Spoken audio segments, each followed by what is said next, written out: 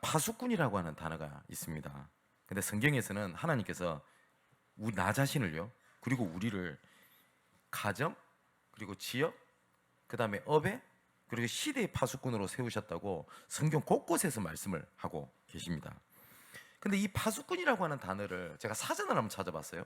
그랬더니 두 가지로 나오는 겁니다. 첫 번째는 경계하여 지키는 일을 하는 사람. 이거는 실제로 파수꾼이라는 단어의 의미죠. 그리고 또 두 번째는 뭐 어떤 얘기가 있냐면 어떤 일을 한눈 팔지 아니하고 성실하게 하는 사람을 비유적으로 이르는 말, 이렇게 되어 있습니다. 그러니까 이 파수꾼이라고 하는 사람은 모든 것을 하지만 지켜보는 것에 오직을 하고 있는 사람이라는 말이겠죠. 그래서 성경을 몇 군데를 찾아보면 이사야 62장 6절 7절에 이렇게 되어 있습니다. 예루살렘이여, 내가 너의 성벽 위에 파수꾼을 세우고 그들로 하여금 주야로 계속 잠잠하지 않게 하였느니라. 너희 여호와로 기억하게 하는 자들아, 너희는 쉬지 말며 또 여호와께서 예루살렘을 세워 세상에서 찬송을 받게 하시기까지 그로 쉬지 못하시게 하라. 이 파수꾼이라는 그 위치가 얼마만큼 중요했던지 하나님께서는 여호와로 기억하게 하시는 자들아, 이렇게 표현을 하고 있습니다.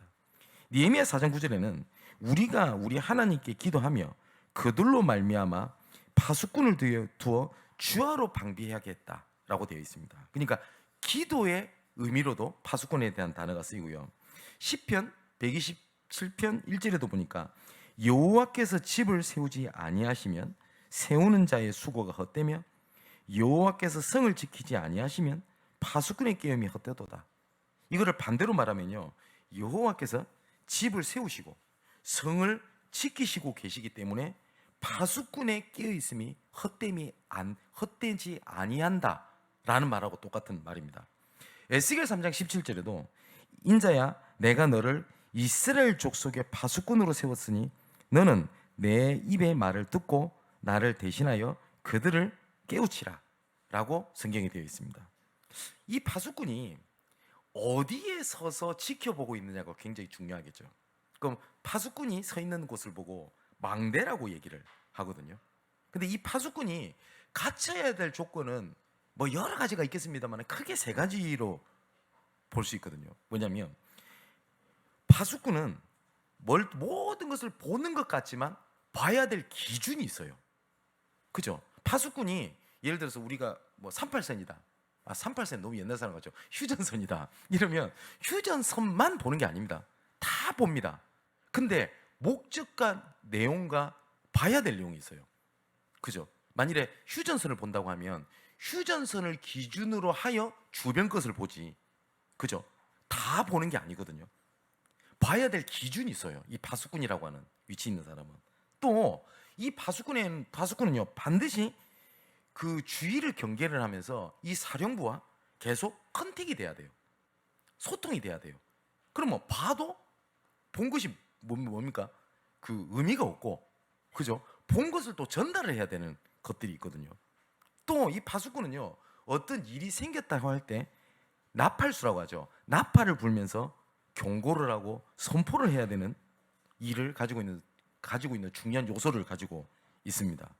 이것처럼요, 우리가 망대를 세우라라는 말을 많이 듣잖아요. 그러니까 높이 세우면 된다는 말입니까? 그렇지 않습니다. 바벨탑에 망대를 세우면요, 어떻게 되겠죠? 그죠? 근데 이 파수꾼이 어떠한 망대에 어떠한 방향을 가지고 보냐가 굉장히 중요하거든요. 그렇겠죠? 그것처럼 우리가 많이 봤다가 중요한 게 아닙니다. 어떤 분야에 어떤 사람은 굉장히 많은 것을 경험을 했는데 전문성을 가지지 못하는 사람이 있는가 하면요, 그죠? 한 가지 일을 하고 그거를 기준으로 모든 것을 봤을 때 전문성을 가지고 있는 사람이 있습니다. 뭐가 맞냐라고 뭐 단정을 지을 수는 없습니다만 중요한 것은 어떠한 기준으로 보고 있느냐가 굉장히 중요하거든요. 오늘 본문에 아나니아라고 하는 사람이 나옵니다. 근데 이 사람이 성경에 그렇게 많이 반복돼서 나오는 사람은 아닙니다. 근데 굉장히 하나님의 계획에 중요하게 쓰임받았던 인물은 맞습니다. 이 사람은 사도가 아니에요. 이 사람이 어떻다라고 구체적으로 얘기하고 있는 내용은 없습니다. 근데 사도행전 22장에 보면 바울이 자기 회심에 대한 고백을 할 때 아나니아를 어떻게 소백을 하냐면 사도행전 22장 12절을 보니까 율법에 따라 경건한 사람으로 거기 사는 모든 유대인들에게 칭찬을 듣는 자, 이렇게 바울은 아나니아를 회상을 이렇게 합니다. 근데 합리적인 것은요, 아마 예측할 수 있는 것이 예수님께서 세우셨던 70인 제자 한 명일 수도 있고요, 혹은 마가다락방에서 임하셨던 오순절날 그때의 정인일 수도 있습니다. 아니면 70인 제자나 아니면 사도들, 아니면 그 오순절 성령 강림이 임했을 때의 그 정인들을 통해서 복음을 들었던 것만은 사실입니다. 그죠? 근데 중요한 것은요, 이런 사람이 어떻게 있었다, 예수님을 직접 봤다 안 봤다가 중요한 것이 아니라 뭐냐면, 하나님께서 오늘 중요한 인물이 나오죠. 바울이라는 인물이 나옵니다. 그죠? 바울이라는 인물을 빼놓고는요, 하나님의 구원 사역에 대해서 얘기하지 못할 만큼 굉장히 중요한 사람이거든요. 근데 이 사람을 부르시는 시간표 속에 하나님 속에 누가 있었냐? 아나니아라는 사람이 있었어요. 이 사람이 사도다, 어떤 일이 있었다, 그걸 떠나서 이 사람은 뭐냐면 하나님의 계획이 있는 것 속에 있었던 사람입니다. 10절에 이렇게 되어 있죠. 그때는 뭐죠? 하나님께서 바울을 부르시는 그때입니다. 성경이 뭐라고 되냐면 다메섹에 아나니아라 하는 제자가 있다 라고 되어 있거든요. 그럼 분명한 것은 이 아나니아가 다메섹 지역에 하나님의 계획을 붙잡고 있는 파수꾼이었던 것만은 확실합니다. 그죠? 이 사람에게 하나님께서 누구를 갖다 붙이냐면 시대적인 전도자 바울을 갖다 붙인 겁니다. 그럼 이 아나니아가 뭘 하고 있었냐? 오늘 성경 본문에 나와요. 이 사람이 기도하고 있었거든요. 근데 이 사람이 기도하고 있었던 것이 하나님 도와주세요, 하나님 내 자녀 잘 되게 해주세요, 그 기도를 하고 있었던 것이 아니었다는 것은 우리가 나와 있지 않아도 알 수 있는 내용입니다. 근데 이 사람이 다메섹 지역에 하나님의 계획을 가진 파수꾼이었고 하나님의 계획의 망대를 가지고 기도하고 있었던 파수꾼이었던 것만은 사실입니다. 이번에 캠프 일정을 두고 우리가 며칠 안 남았습니다만은 이번 캠프뿐만 아니라 우리 일평생 내가 있는 지역 그리고 가정, 내 업의 현장마다 아나니아가 망대를 세워 하나님의 중요한 시간표 속에 있었던 축복이 여러분들에도 그대로 성취되게 되기를 주님의 이름으로 축원을 드립니다. 자, 그렇다면 이것을 굳이 표현을 하자면 뭐냐면 이 아나니아가요, 하나님의 계획이라는 망대를 두고 기도하는 파수꾼이었거든요. 그죠? 그러면 우리가 24시 기도의 망대라고 하는 말이 단어가 어렵지만 쉽게 말하면 뭐냐면 내가 살아있는 것이 하나님의 은혜구나. 지금 내가 일하고 생각하고 움직이고 모든 계획, 이 모든 것이 하나님의 은혜 속에 있구나. 그리고 이 모든 것이 하나님의 은혜 속에서 일어나는 거구나 라고 하는 하나님의 절대주권이 있죠. 그것을 붙잡고 누리는 걸 보고 24시 기도라고 얘기를 합니다. 우리가 보통 보면 그 기도를 할 때요, 특별히 시간을 내서 기도하는 것도 중요합니다. 그죠? 우리가 합심기도, 통성기도, 필요하면 금식기도, 이런 것들이 필요합니다. 어느 시간대는 기도원에 가서 기도하는 것도 필요합니다. 근데 어쩌면 더 중요한 것이 뭐냐면 내 삶 속에서 하나님과 함께 누리는 기도가 어떤 면에서는 더 중요합니다.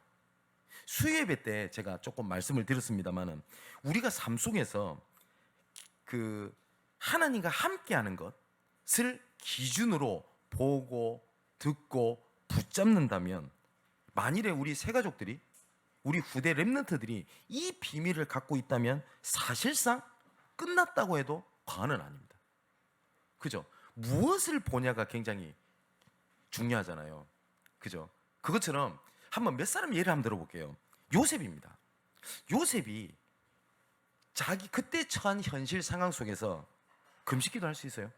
종은 밥 굽는 것도 자기 마음대로 못합니다. 그죠? 내가 어디 특별한 장소를 가서 기도할 수 있어요? 요셉이? 그럴 수 없습니다. 아니면 집회를 갈 수 있습니까? 지금처럼 인터넷이 있어가지고 귀에다가 이어폰 꽂고 말씀을 들을 수가 있나요? 그런 거 아무것도 할 수가 없어요. 만일에 특별히 그런 것을 하려고 한다면 요셉은 아마 주인한테 얻어맞았을 겁니다. 그죠? 근데 노예라는 신분, 그리고 감옥에 있는 신분, 이런 것 속에서 요셉은 분명한 건 뭐냐면 하나님과 함께하는 24시 기도라는 것을 갖고 있었던 인물인 것만 사실입니다. 자, 그러면 성경 몇 구절 한번 볼게요. 노예 때 어떻게 했냐? 창세기 39장 2절 3절에 보니까 여호와께서 요셉과 함께 하심으로 그가 형통한 자가 되어 그의 주인 애굽 사람의 집에 있더니 그의 주인이 여호와께서 그와 함께 하심을 보며 여호와께서 그의 범사에 형통하게 하심을 보았더라 라고 되어 있어요. 여호와께서 그 노예가 그 노예로 있었을 때 요셉을 하나님께서 형통하게 하셨다라고 되어 있거든요. 이거를 요셉이 기준을 봤었을 때는 하나님과 형통하게 하는 것 속에 요셉을 가지고 있었던 것이 맞아요. 자, 감옥 때는 또 이렇게 되어 있습니다. 창세기 39장 21절에 보니까 여호와께서 요셉과 함께 하시고 라고 되어 있고요. 그리고 또한 23절에는 또 뭐라고 되어 있냐면 여호와께서 요셉과 함께 하심이라 여호와께서 그를 범사에 형통하게 하셨다 라고 되어 있습니다. 근데 요셉은 아마 주인이 봤을 때 요셉이 특별하게 기도한다거나 유난을 떨지 않았을 겁니다. 유난을 떨 수도 없었고요, 요셉 입장에서. 그죠? 나중에 왕 앞에 가게 됩니다. 창세기 41장 38절을 보니까 이와 같이 하나님의 영에 감동된 사람을 우리가 어찌 찾을 수 있으리요? 그러니까 왕이 봤었을 때도 요셉이 하나님과 24시 함께하는 것을 보고 있었다는 거거든요. 그죠? 아마 수많은 노예들이 이렇게 생각했을 겁니다. 노예라서 할 수 있는 게 없어. 그죠? 근데 요셉은 굳이 표현하자면 노예이기 때문에 할 수 있는 기도, 내가 감옥에 있으니까 할 수 있는 기도, 그죠? 내가 총리로 있으면서 할 수 있는 기도에 대한 비밀을 가지고 있었던 겁니다. 그렇다면 우리가 기도를 많이 한다? 아니, 그것도 중요한데요, 내 삶 속에 있잖아요. 내가 지금 바빠서 기도를 못하는 게 아니라 바쁘기 때문에 할 수 있는 기도가 있어요. 그걸 나의 기도라고 하거든요. 그 기도를 찾아내는 은혜가 이번 한 주일 동안 꼭 있게 되기를 주님의 이름으로 축원을 드립니다. 자, 모세도 보십시오. 모세도 문제가 생겨요, 이스라엘 백성들에게. 그러면 이스라엘 백성들은 전부 다 문제가 생겼다, 내가 잘못했다, 여러 가지를 얘기를 하는데 출애굽기 32장 13절 14절에 보니까 이렇게 얘기합니다. 주의 종 아브라함과 이삭과 이스라엘을 기억하옵소서. 그러니까 모든 사람들은 현실을 받고 상황을 봤는데 이 모세는 평소에 갖고 있었던 언약이 있었습니다. 하나님께서 모세를 부르실 때 하셨던 말씀입니다. 아브라함과 이삭과 야곱을 향한 내가 언약을 기억하여 너를 불렀다. 그죠? 그러면 문제가 일어났다, 사건이 일어났다가 예를 들어서 그 상황에 따라 모세의 생각이 바뀌었던 것이 아니라 뭐예요? 그 언약을 기억하소서. 그랬더니 하나님께서 뭐라고 되어 있죠? 여호와께서 뜻을 돌이키사 말씀하신 화를 그 백성에게 내리지 아니했다라고 되어 있습니다. 이 말은 무슨 말이죠? 하나님께서는 언약을 기억하신다는 말씀이에요. 자, 그러면 사무엘의 기도입니다. 사무엘은요, 그때 당시에 모세는 애굽이라고 하는 고통 속에 있었지만 사무엘은요, 블레셋으로 인한 고통의 때였어요. 그래서 어느 정도까지 고통의 때가 이르렀냐, 그나마 애굽 때는요 여호와의 언약궤라고 하는 중요성을 그나마 가지고 있었어요, 이스라엘 백성들이. 근데 얼마만큼 이 고통이 심했냐면 언약궤가 빼앗겼음에도 불구하고 이스라엘 백성들 중에 언약궤 빼앗긴 것에 대한 애통함까지도 없었습니다. 그때 사무엘의 기도입니다. 사무엘상 7장에 이렇게 되어 있어요. 사무엘이 젖 먹는 어린 양 하나를 가져다가 온전한 번제를 여호와께 드리고 이스라엘을 위하여 여호와께 부르짖음에 여호와께서 응답하셨더라 라고 되어 있어요. 여기에 이 사무엘이 했던 기도가 뭐였냐면, 하나님, 블레셋의 전쟁 중에 무너지는 이유가 여러 가지가 있을 겁니다. 범죄했다, 그죠? 수준이 낮았다, 국력이 없었다, 뭐 국민성이 안 좋았다, 여러 가지 얘기를 할 수 있겠죠. 근데 사무엘의 기도는 뭐였냐면 하나님 앞에 예배를 드리는 거였어요. 언약을 붙잡는 거였어요. 그랬더니 어떻게 됩니까? 그 11절에 이스라엘 사람들이 미스바에 나가서 블레 사람을 추격하여 벨갈 아래에서 이르기까지 쳤더라라고 되어 있거든요. 그게 뭐냐면 10절에 이렇게 되어 있죠. 블레셋 사람에게 큰 우려를 바라여 그들을 어지럽게 하시니 그들이 이스라엘 앞에서 패했대요. 그 전에는요, 블레셋이 계속 전투를 치릅니다. 그죠? 아시죠? 계속 전투를 치릅니다.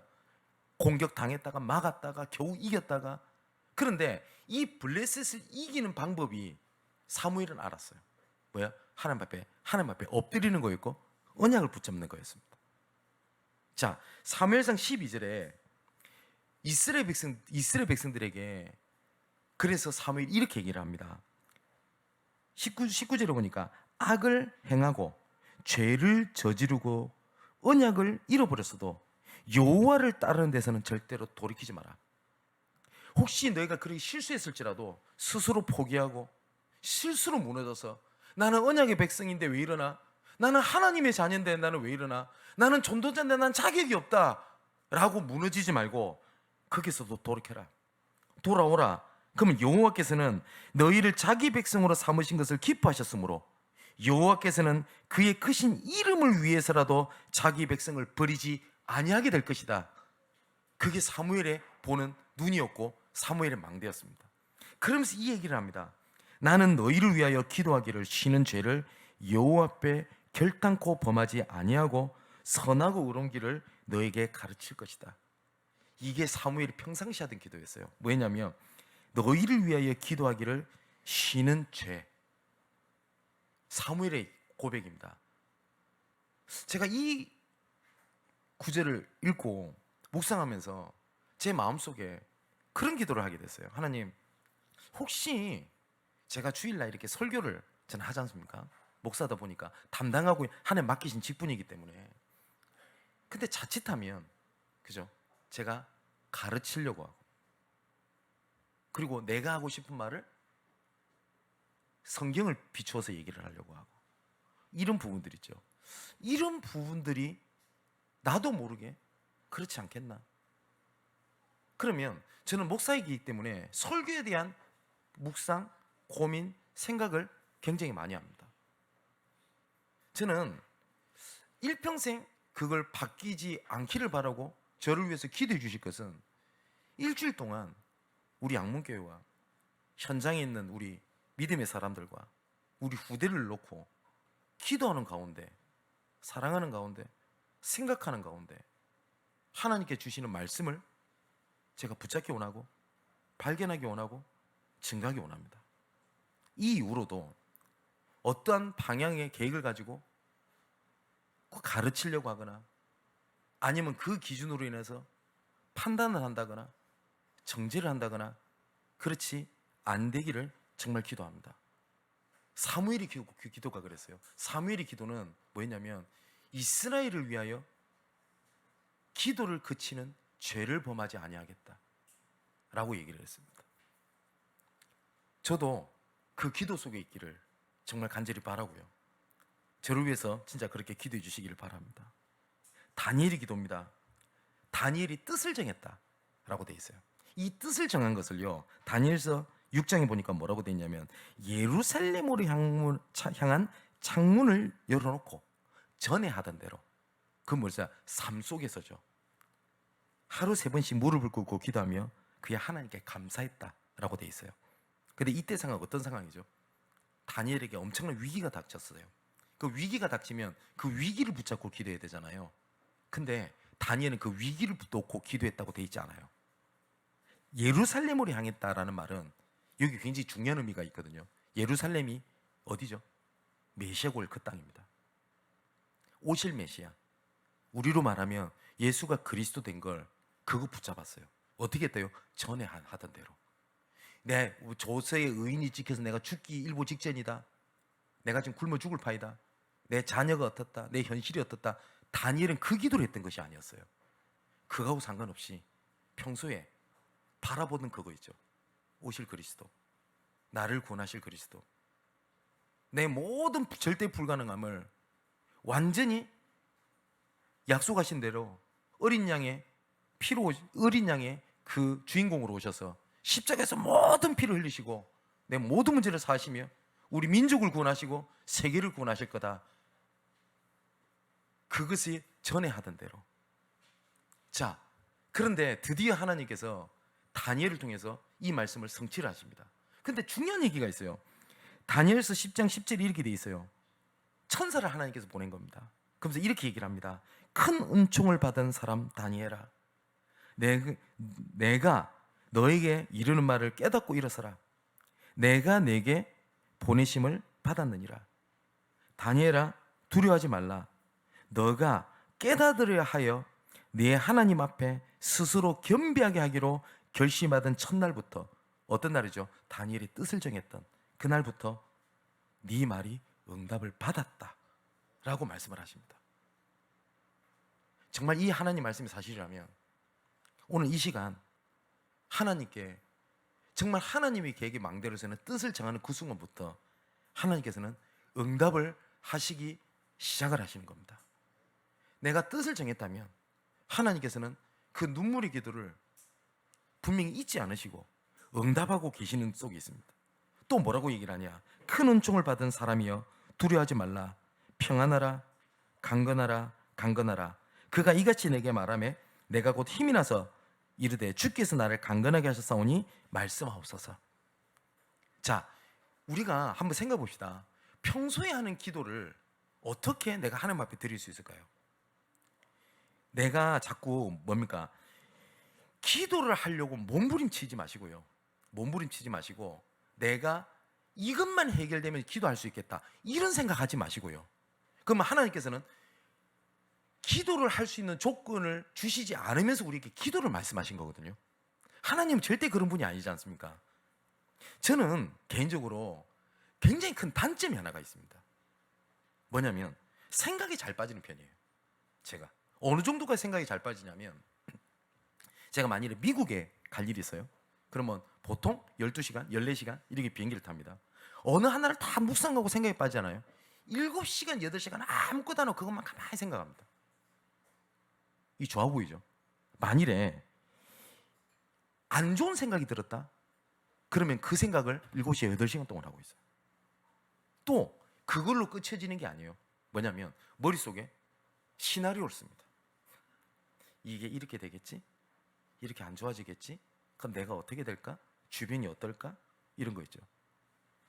또 어떤 사람의 어려움에 대한 상황을 듣잖아요. 그러면 제가 그 고민을 제가 똑같이 하고 있어요. 피를 말리는 겁니다. 진짜 그랬어요. 그러니까 항상 뭐냐면 작은 걱정이 머릿속을 가득 에워싸서 그렇게 살아가요. 어느 정도까지 심각할 때는요, 그 생각 고민이죠. 분명히 사람이랑 대화를 하고 밥을 먹으면서도 저는 그 생각을 하고 있어요. 이 살아가는 게 어떻게 되겠습니까? 그래서 저는 개인적으로 고민이 있었어요. 아, 나는 구제불능이구나. 아, 나는 왜 이러지? 그리고 굉장히 부정적이에요. 나는 왜 부정적이지? 저는 그 생각, 고민들이 굉장히 많았어요. 부정적 생각을 안 해보려고도 했어요. 생각을 안 해보려고 했어요. 생각을 안 해보려고요. 뭘 열심히 합니다. 근데 희한하죠. 이 생각이라는 건요, 그러면서도 그 생각을 하고 있어요. 그런데 하나님이 은혜를 주신 게 하나가 있었어요. 뭐냐면 그 생각을 기도로 연결할 수 있다면. 맞죠? 그렇다면 이건 내게 걸림돌이 아니라 나에게 축복이잖아요. 여러분, 불면증 있는 분이 계세요? 저녁에 잠 안 오죠? 잠 안 오는 게 문제가 아니에요. 불면증은. 저 불면증 있어봐서 알아요. 불면증 걸릴 때 쓸데없는 생각에 사로잡히는 게 문제지, 잠 적게 자는 건 문제 아니에요. 그죠? 우울한 기분이 들었다? 우울한 기분 들 수 있어요. 사람이 우울 안 합니까? 어떤 분들은 성령충만 받으면 항상 기쁘다는데 그 정신병입니다. 성령충만 받으면 우울하지 않다. 어디 성경글이 돼 있어요? 우울할 수 있어요. 그죠? 우울한 게 문제가 아니에요. 그 우울한 것 속에서 나오는 생각이 문제예요. 근데 생각해 보세요. 그거를 기도로 연결할 수 있다면. 그죠? 제가 그 생각이 드는 겁니다. 그래서 제가 잘 쓰는 표현이죠. 그런 쓸데없는 생각에 자로잡힐 때 머리로 휘저으면서 그때마다 생각을 고치는 겁니다. 아니야. 문제 아니야. 어려움 아니야. 가끔 가다가 어떤 제가 보고를 들을 때도 있습니다. 순간 심장이 덜컹 내려앉을 때도 있습니다. 워낙 제가 담이 작아요. 그래가지고 걱정도 많아요. 그때마다 생각하는 게 있습니다. 아니, 문제 아니야. 십자가에서 모든 문제 끝냈어. 그때 문제 아니야. 이 문제가 나를 무너뜨리게 할 수 없어. 머리를 휘저으면서 그 생각을 계속하는 거예요. 여러분, 저는 많이 고치려고 했어요. 저는 저를 고치려고 했었어요. 저는 깨진 그릇 같았어요. 뭐가 깨져놓으니 자꾸 뭘 세요. 어릴 때부터 잘 들었던 말이 있습니다. 집에서 깨진 바가지가 바깥에서 안 새냐. 제 아버지가 종종 하셨던 말씀. 저는 깨진 바가지 같았어요. 근데 물을 채워놓으려니 물이 안 차요. 조금 은혜 받아서 그걸 유지하려고 하니 너무 힘들어요.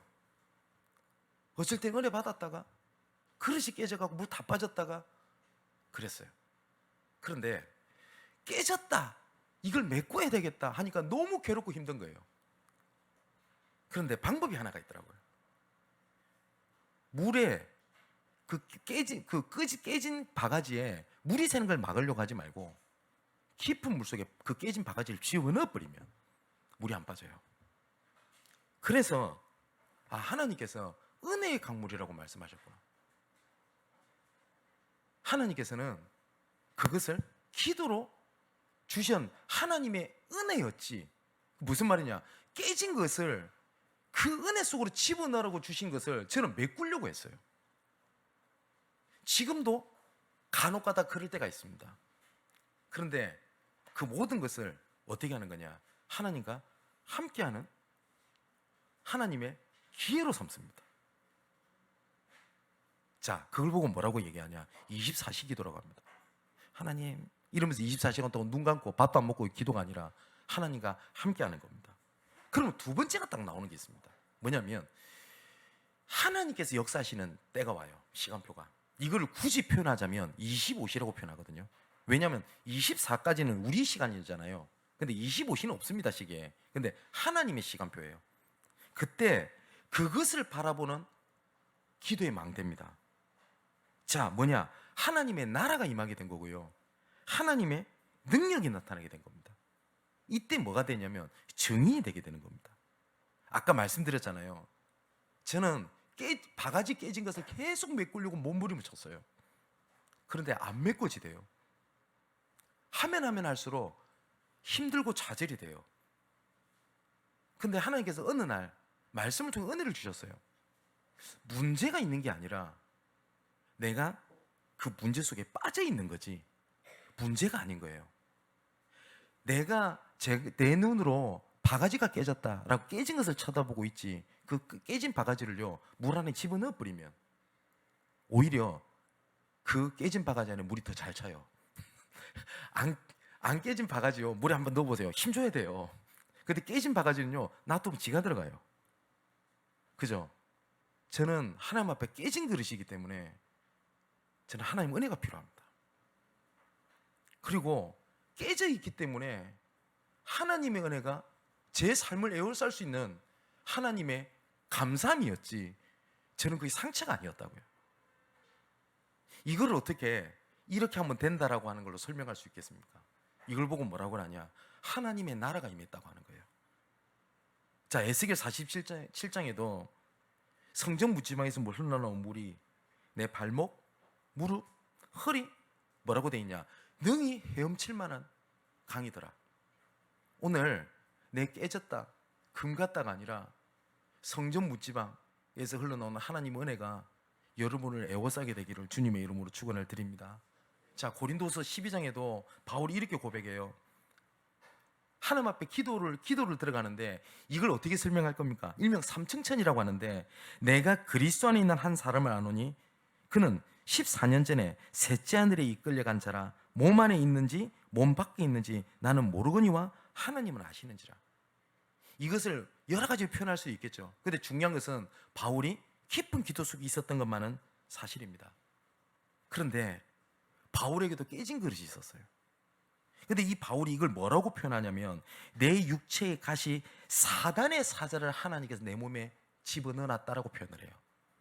이게 어떤 건지 바울은 얘기를 하고 있질 않아요. 그런데 많은 학자들이 얘기를 합니다. 간지를 것이다. 어떤 사람은 안 지를 것이다. 오늘 본문에 보니까 바울이 그 눈을 뜨게 될 때 비늘과 같은 것이 떨어졌다라고 돼 있죠. 근데 이때도 바울이 눈이 안 좋았던 것만은 사실인 것 같습니다. 어쨌든 이게 바울을 그렇게 힘들게 만들었고 이게 깨진 그릇이었어요. 깨진 그릇이었어요. 근데 하나님께서 뭐라고 말씀하시냐? 내 은혜가 내게 족하다. 그게 무슨 말인지 아세요? 네 그만큼 은혜 받았으면 됐다 그 말이 아니에요. 욕심도 많냐 그 말이 아니에요. 네가 너에게 주신 은혜가 그 깨진 것 바라보고 있을 만큼 나약하지 않아, 부족하지 않아 라고 하나님께서 말씀을 하신 겁니다. 그때 뭐라고요? 바울이 크게 기뻐요. 오히려 그 약한 것에 대해서 자랑했다라고 얘기되어 있습니다. 사랑하는 성도 여러분, 예수가 그리스도가 되시고 나를 구원하셨다는 그 은혜가 있죠. 혹시 갈등되고 어려움이 되고 힘들다라는 그거를 덮을 만큼 하나님의 은혜가 나약하지 아니합니다. 근데 사단은 이걸 나약하게 봐요. 오늘 본문에도 보면요, 사도행전 8장부터 계속 나오죠. 사울은 스데반이 죽음 당한 걸 당연히 여겼고요, 예루살렘에 큰 박해가 있고 교회들이 무너지고 이렇게 돼 있습니다. 또 오늘 1절에도 이렇게 돼 있어요. 사울이 주의 제자들에 대하여 여전히 유혹과 살기가 등등하여 대제사장에 가가지고 공문을 청해서 언제든지 예수 믿는 사람을 잡아가지고 족쳐서 데리고 오는 것에 대한 허가증을 이렇게 받게 됩니다. 이 가운데 아나니아라는 사람이었어요. 이 아나니아. 근데 이 아나니아가 어떻게 기도했는지는 우리가 성경을 보면은 알 수 있어요. 여러 가지 대제사장들과 핍박이 왔었을 때 베드로의 기도입니다. 하나님, 이 위험을 없애주세요 기도가 아니라 이 위험함을 하감하옵시며 이거하고 상관없이 담대히 복음을 증거할 수 있도록 우리를 위해서 기도해달라 라고 기도하는 게 나오거든요. 분명히 아나니아도 그 기도 속에 있었어요. 그런데 하나님께서 그때에 다메섹에 아나니아라는 제자가 있었더니 누구를 갖다 붙인다고요? 바울이라는 시대 전도자를 갖다 붙입니다. 여러분은 파수꾼입니다. 그리고 여러분이 지역에서 이런 망대를 세우고 전도 제자를 찾는 응답이 있게 되기를 주님의 이름으로 축원을 드립니다. 근데 또 세 번째 중요한 게 있어요. 이 아나니아가 했던 기도가, 이 아나니아는 지금 이 시대에 없죠? 어떻게 생겼는지도 모르죠. 근데 그 아나니아의 기도가 영혼이라는 응답과 연결이 돼 있었어요. 정말 이것이 맞다면 지금 우리 하는 기도가 잠깐이 아니라 영혼이라는 시간표 속으로 하나님께서는 이끌어 가십니다. 그 아나니아가 다메섹에서 망대를 세웠던 그 기도가요, 바울이라는 전도자를 세웠고요. 그죠? 그리고 또한 이 바울을 통하여 또 어떻게 됩니까? 2부 때 좀 말씀드리겠습니다만은 로마로 내가 이제 가이사 앞에 서야 하리라. 이제 내가 로마도 봐야 하리라. 또 로마서 15장 28절에는 뭐라고 얘기하죠? 내가 서바나르까지 가기 원한다. 근데 바울은 서바나를 땅끝이라고 봤던 것 같아요. 그죠? 그 은혜가 어떻게 해요? 지금 내 자신, 우리에게까지 뿐만 아니라 로마서 16장 27절에 뭐라고요? 지혜로우신 하나님께 예수 그리스도로 말미암아 영광이 세세무궁하도 있을지어다. 아멘. 그것처럼 이 은혜가 우리 후대들에게, 저는 한 가지 진짜 큰 고민이 하나가 있습니다. 염려가 하나가 있습니다. 이건 하나님이 아신다고 생각을 합니다. 그 염려가 하나가 뭐냐면요, 그리스도께서 십자가에서 모든 문제를 끝내셨다라고 하는 복음을 알아가는 기쁨이요, 진짜 너무 행복했어요. 그래서 그 젊은 날을 지금까지 달려왔던 것 같습니다. 그리고 소망이 있었어요. 그리고 그런 자라는 후대를 보면서 정말 소망이 있었어요. 어제 저녁에 제가 어떤 분이랑 잠시 카톡을 이렇게 하는데 어떤 한 마디가 제 마음에 그냥 울컥했어요. 그 뭐냐면, 저에게 그리스도를 알게 해주셔서 감사합니다. 그 단어가 그렇게 눈물이 날 뻔했어요. 안 울었어요. 날 뻔했어요. 그렇다면 제 고민은 뭔지 압니까? 우리 후대들입니다. 혹시 이 복음의 흐름이 끊어질까? 너 어쩌게 이렇게 얘기할 수도 있을 겁니다. 야, 진 목사, 너무 섣부른 고민 아니야? 에이, 안 그래 라고 얘기할 수도 있을 것 같아요. 근데 저는 뭐 불신앙에 대한 염려보다는 이것이 올바르게 전달돼야 된다고 하는 애절함에 대한 염려인 것 같습니다. 자, 그렇다면 마지막 결론입니다. 어떻게 내 삶 속에서 아나니아가 세웠던 24시, 25시 영혼의 망대를 세울 수 있겠냐 할 때 중요한 것은 영적 리듬을 갖추는 겁니다. 영적 리듬을 갖춘다는 것은요, 뭐냐면 공부를 하는 학생도요, 공부를 위하여 다른 것에 리듬이 있어요. 그죠? 왜 군대에 가면은 밥을 시간 맞춰서 주는지 압니까? 리듬입니다. 리듬. 그 리듬 깨져버리면요, 어떤 군사 전문가가 하는 얘기 들었어요. 군사를 개판돼 버린대요. 시간을 맞춰서 훈련을 시킨대요. 되든 안 되든. 그게 뭐냐면 군인의 리듬을 맞추는 거래요. 아, 그렇구나. 저도 그 말이 맞다고 생각을 해요. 중요한 거는요, 타락하는 사람들 보세요. 타락하는 리듬이 있어요. 그죠? 근데 이 리듬이 깨지면요, 병도 들어요. 사람 리듬이라는 게 있어요. 혹시 미국이나 유럽 쪽 안 가보신 분 시차 이러면 적응 안 되시죠? 그죠? 혹시 밤낮이 바뀌는 우리 랩런트들, 나는 미국 가면 정상적으로 미국에서 살겠네? 쉽죠? 아니요. 가보면요, 이 리듬이 다 깨져서 이것에 민감한 사람은 병도 나요. 저는 개인적으로 시차가 굉장히 예민한 편입니다. 그래서 미국 한번 갔다 오면 한 일주일 동안 막 헤매고 이래요. 그 리듬이 깨지면 그렇거든요. 그런데 이 리듬이라고 하는 것을, 영적인 것도 마찬가지거든요. 하나님께서 예배를 주시고 절기를 주신 것은 하나님을 바라보는 리듬으로 주신 것을, 이 사단은요, 이걸 틀, 행위, 강요, 법칙을 만들어 버렸어요. 그리고 뭐냐면 하는 일이 돼 버렸어요. 나도 모르게 갖춰져 있는 이런 리듬을 갖추기 위해서 필요한 게 있어요. 뭐냐면 내가 틀린 리듬을 제거하는 것에서 올바른 리듬을 갖추는 게 시작이 돼요. 공부가 안 된다라고 하는 친구들은요, 공부를 할 수 있는 리듬을 갖추려면 몇 가지 정리해야 될 것이 있을걸요. 당장 책상부터 치워야 돼요. 그죠? 만일에 내가 돈을 벌어야 되겠다 하면 당장 경제 습관부터 안 바꾸고 돈 벌어야지. 아니요, 돈 벌면 그것 때문에 더 타락해요. 올바른 리듬을 갖추려면 틀린 리듬을 제거하는 게 있어야 돼요. 혹시 이런 분 계실 겁니다. 난 예배가 잘 안 된다. 그러면 예배를 위하여 내가 예배 리듬을 방해되는 틀린 것들을 제거하는 것이 영적 싸움입니다. 영적 싸움이라고 하는 것은요, 물론 사단은 무너져라도 맞아요. 그죠? 그러면 영적 싸움이라는 것은요, 하나님을 바라보게 하는 틀린 것을 싸우는 영적 싸움이에요. 그렇다면 내가 24를 막는, 예배를 막는 틀린 리듬, 틀린 패턴을 바꿔야 돼요. 내가 기도하려면요, 뭔지 압니까? 틀린 패턴을 바꿀 수밖에 없어요. 혼자 있는 시간을 만들려면요, 어느 정도 만남도 손절하는 말이 아니라 조금 컨트롤 해야 될걸요. 내가 하나님께 묵상하는 시간을 가지려면 지금 내가 가지고 있는 패턴 갖고 안 된다면 그거 바꿔야 될걸요. 그죠? 내가 전도해야 되겠다, 내가 사람 살려야 되겠다고 할 때, 그렇다면 내 삶의 패턴을 바꿔야 될걸요. 무슨 말인지 아시겠죠? 영적 리듬입니다. 이 아나니아가 다메섹이라는 곳에서 24시, 25시 영원한 망대를 세웠을 때 하나님께서는 바울이라는 전도자를 맡기셨습니다. 여러분에게 망대를 세우는 하나님 은혜가 있게 되기를 주님의 이름으로 축원을 드립니다. 기도하겠습니다. 그리스도는 우리의 피난처가 되시며 원수를 피하는 견고한 망대이신 것을 믿습니다.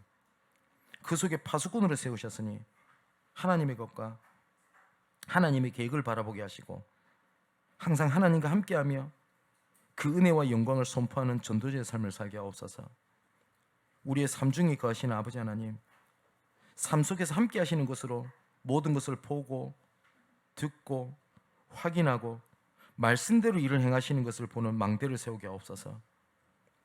우리 위에 하나님의 나라가 임하게 하시고 은혜 받는 것을 넘어 은혜 속에 완전히 빠지게 하옵소서. 그리하여 우리를 위하여 하나님의 나라의 일이 성취되는 망대를 세우게 하시고 우리의 기도를 잊지 아니하시고 영혼을 두고 이끄시는 은혜로 예수 그리스도의 영광이 땅끝까지 증거되며 우리의 자녀와 후대들에게 전달되게 하옵소서. 오직 주만 바라보기 원합니다. 영적 상태가 변하여 주를 바라보는 영적인 리듬으로 모든 순간마다 주가 함께 하시는 것을 누리게 하옵소서. 이 모든 말씀을 그리스도가 되시는 예수님의 이름으로 기도합니다. 아멘.